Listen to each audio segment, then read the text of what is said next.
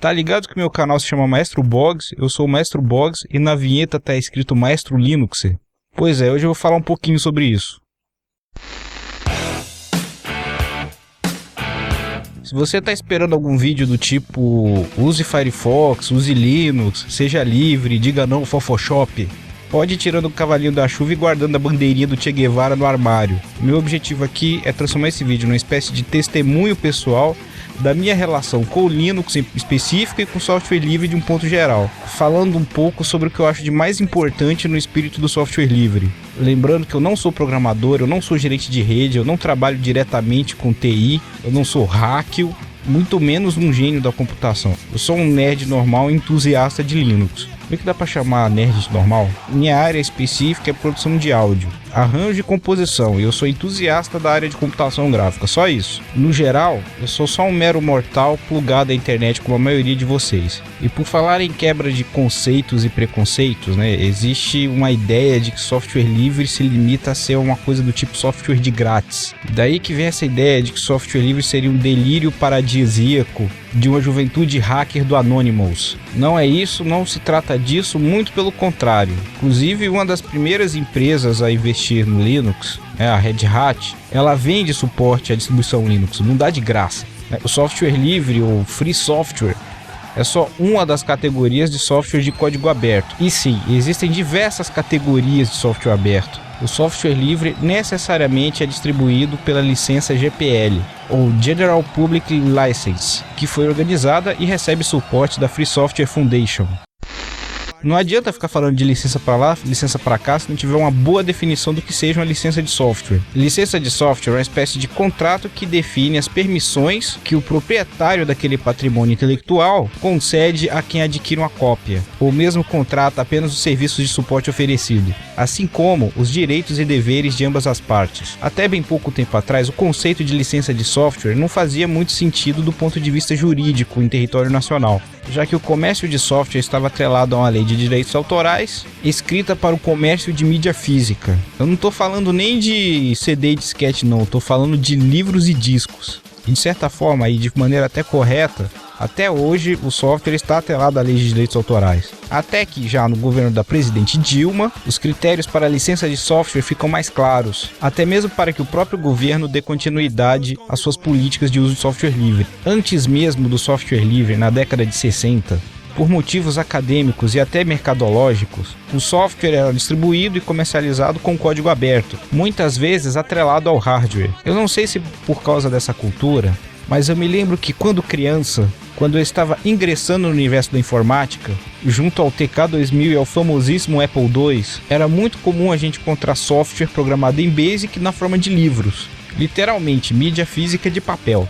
Lembrando que a maioria desses softwares tinham mesmo finalidade de estudo. Também naquela época a mídia física era uma coisa meio precária. De qualquer maneira, a primeira licença de software de código aberto vem justamente do meio acadêmico. A licença BSD, ou Berkeley Software Distribution, que acompanha até hoje o desenvolvimento e a distribuição dos sistemas operacionais BSD e Unix. Muito embora essa licença também seja aproveitada por outros programas. Fundados por Richard Stallman em 1985, a licença GNU e a Free Software Foundation diferem de outras licenças por se preocupar incansavelmente com a acessibilidade do software, partindo de 4 princípios elementares. Liberdade 0, a liberdade para executar o programa para qualquer propósito. Liberdade 1, a liberdade para estudar o programa. Liberdade 2, a liberdade de redistribuir cópias do programa de modo que você possa ajudar o seu próximo. E a liberdade 3, a liberdade de modificar o programa e distribuir essas modificações de modo que toda a comunidade se beneficie. Observe que um princípio só funciona quando o outro é respeitado. Esses 4 princípios visam que não somente o código-fonte do programa seja acessível, como também dando suporte para que os programas que sejam escritos pela licença GNU tenham seus direitos autorais mantidos e a liberdade do software garantida. E acreditem, existem vários processos de empresas que piratearam software livre, por assim dizer. Se é que a expressão idiomática pirataria seria adequada, eu acredito que sim. Como isso seria possível? Modificando e redistribuindo o software, alienando os usuários e principalmente os desenvolvedores do código-fonte. Isso é muito comum de acontecer, inclusive via hardware. A Cisco já tomou um processo desse. Richard Stallman, por vezes, é pintado como uma figura revolucionária radical e muitas das suas declarações assustam um pouco mesmo. Join us now and share the software. You'll be free, hackers, you'll be free. E um excelente cantor também, imagina. Mas o seu ativismo é muito importante, não somente para a sobrevivência do software livre, como também para a continuidade de toda uma cultura hacker, desde a pré-história do software livre na década de 80 até o surgimento do Linux no final da década de 90. O seu conceito de copyleft em oposição ao copyright é fundamental para toda uma cultura de compartilhamento de dados com o surgimento da internet. Coisas que influenciam desde o software que vem instalado no seu celular até obras de arte distribuídas em Creative Commons. A primeira coisa que chama atenção quem é iniciante no Linux é a diversidade e a autenticidade de suas interfaces gráficas. São várias interfaces gráficas diferentes para escolher e dependendo da distribuição que você estiver usando, você vai ter uma interface gráfica por padrão. Eu estou usando agora o Ubuntu 13.04. Ela foi redesenhada a partir do GNOME, pensando no aproveitamento de espaço. Vou abrir aqui um aplicativo, ela vai usar o máximo da tela possível para rodar esse aplicativo. Você vê inclusive que botões de desligar, maximizar e minimizar desaparecem quando eu estou usando o aplicativo. Ela chama atenção também pela sua barra lateral, levemente inspirada do Mac OS X, e também pelo seu menu chamado de lens ou lentes. Você pode procurar por documentos, aplicativos. Você pode procurar o aplicativo pelo nome ou por uma característica, E tem uma série de plugins, inclusive para redes sociais. É o caso aqui, eu posso acessar do menu do meu sistema operacional os feeds do Facebook e do Twitter. Uma outra coisa que é padrão em toda a interface gráfica do Linux são os desktops virtuais, Por exemplo, aqui eu tenho um ambiente de trabalho, onde eu estou mostrando o desktop propriamente dito, estou conversando com a galera. Se eu clico aqui nesse ícone, me aparecem 4 áreas de trabalhos, 2 limpas. Aqui eu estou monitorando o áudio que está sendo gravado. O Unity é a interface gráfica padrão do Ubuntu. Não é a minha interface gráfica favorita, mas é uma das. Ela se destaca também por ser muito leve e muito prática. Se a gente pudesse definir o que é um sistema operacional, é um conjunto de programa que vai desde o sistema de arranque do seu computador até a sua interface gráfica com janelas e barras de tarefa. Sim, a BIOS do seu computador também faz parte do sistema operacional num contexto mais amplo, mas existe um que é o responsável pelo começo do sistema operacional em sua máquina propriamente dito. E esse programinha é o kernel, projeto que GNU ia muito bem com muitos programas assinados pela GPL, mas faltava um sistema operacional. O GNU-Hurd, sistema operacional idealizado por Richard Stallman, não passava de uma ideia mal programada, até que um finlandês lança o kernel daquele que viria a ser o começo de um sistema operacional que seria o símbolo do software livre, o GNU Linux. Você suspira pelos bons tempos do Minix 1.1, quando homens eram homens e escreviam seus próprios drivers. Foi com essas palavras que em outubro de 1991, Linus Torvalds lançaria a primeira versão mais ou menos estável do kernel Linux, versão 0.02.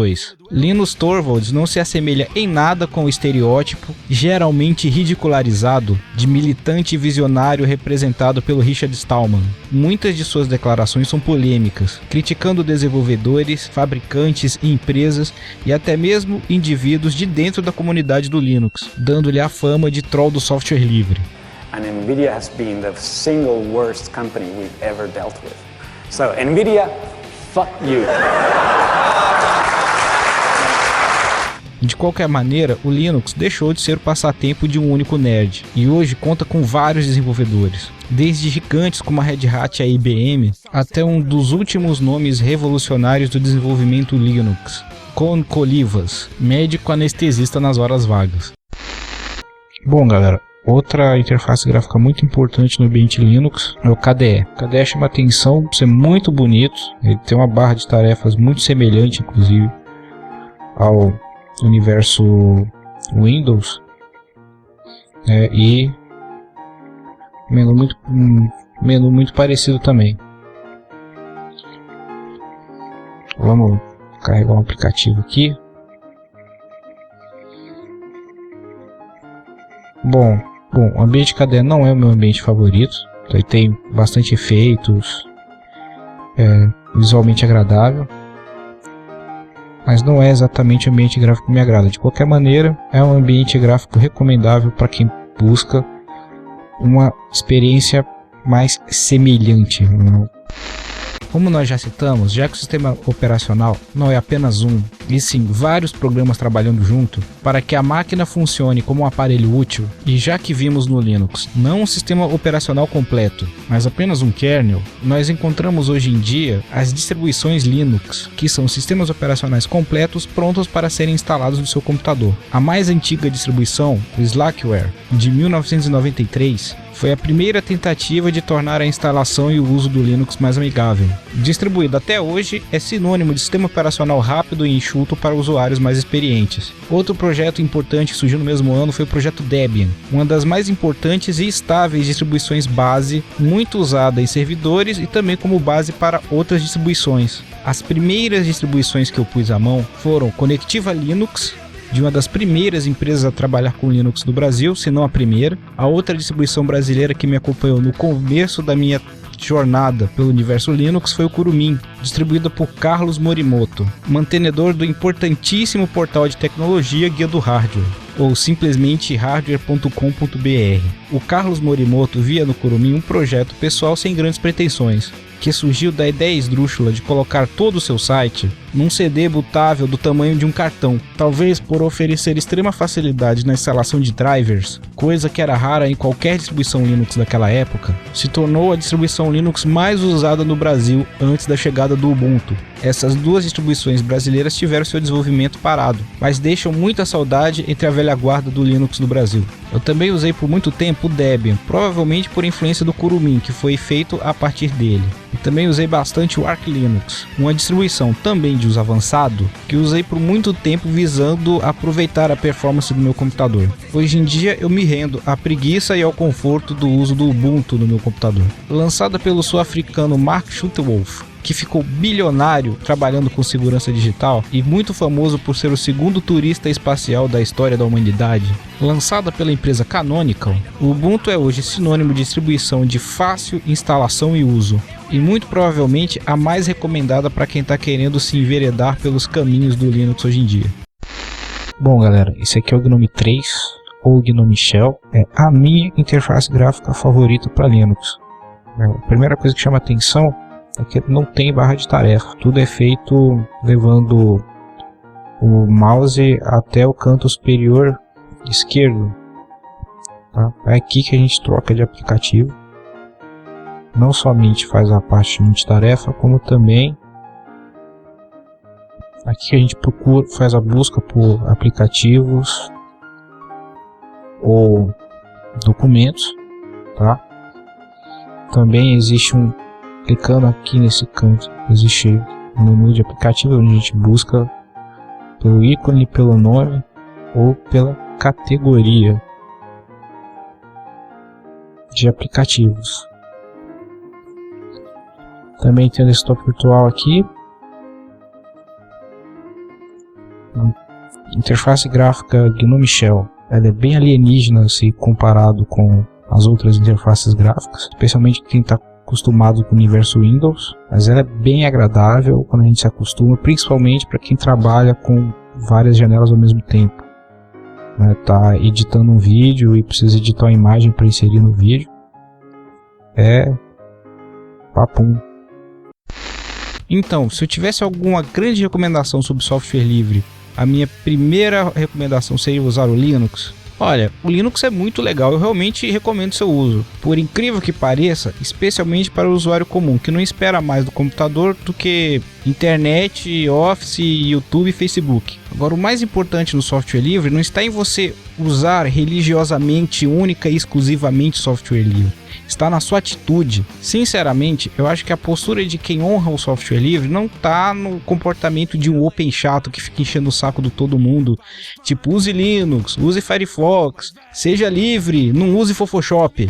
A liberdade e a liberdade do software livre não tem nada a ver com isso. No universo onde grandes empresas praticam venda casada, contratos abusivos de licença de software e terrorismo intelectual, acusando usuários e desenvolvedores de software livre de pirataria, empresas essas onde quase que a maioria absoluta usa soluções de software livre em seus serviços. O software livre é a prova de que nós podemos ser mais fortes que isso. Software livre é a prova que o espírito da internet é o espírito do compartilhamento. E mesmo nesse universo onde o compartilhamento é quase que um direito natural do cidadão, dá para se respeitar a propriedade autoral compartilhando, seja no software ou na arte, como demonstrado via licença Creative Commons. O que fica de mais importante do software livre é a lição de respeito. Respeito ao desenvolvedor, respeito ao usuário e até mesmo às empresas que usam software livre como modelo de negócios. Eu acho engraçado quando as pessoas fazem pouco caso do Linux, quando dizem que o Linux é restrito a servidores.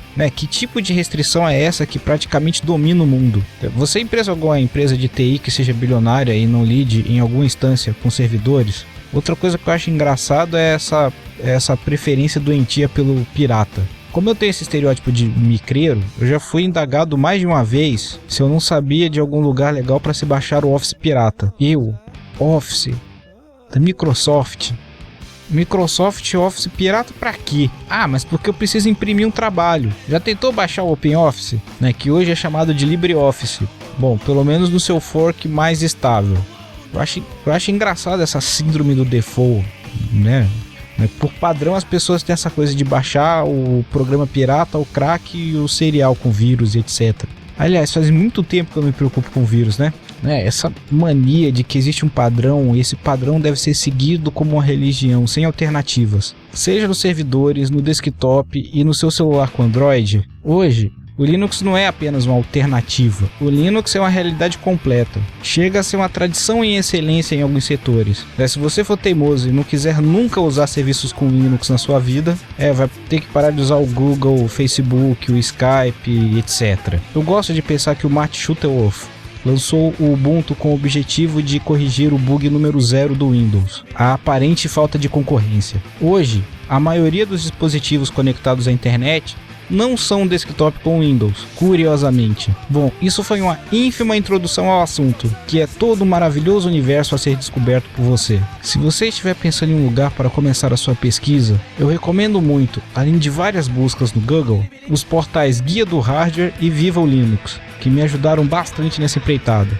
Definitivamente, você não precisa usar Linux para entender o espírito do software livre, mas eu posso garantir que, pelo menos para mim, foi o meio mais rápido, estável, seguro e divertido que eu encontrei. É isso aí, galera, valeu!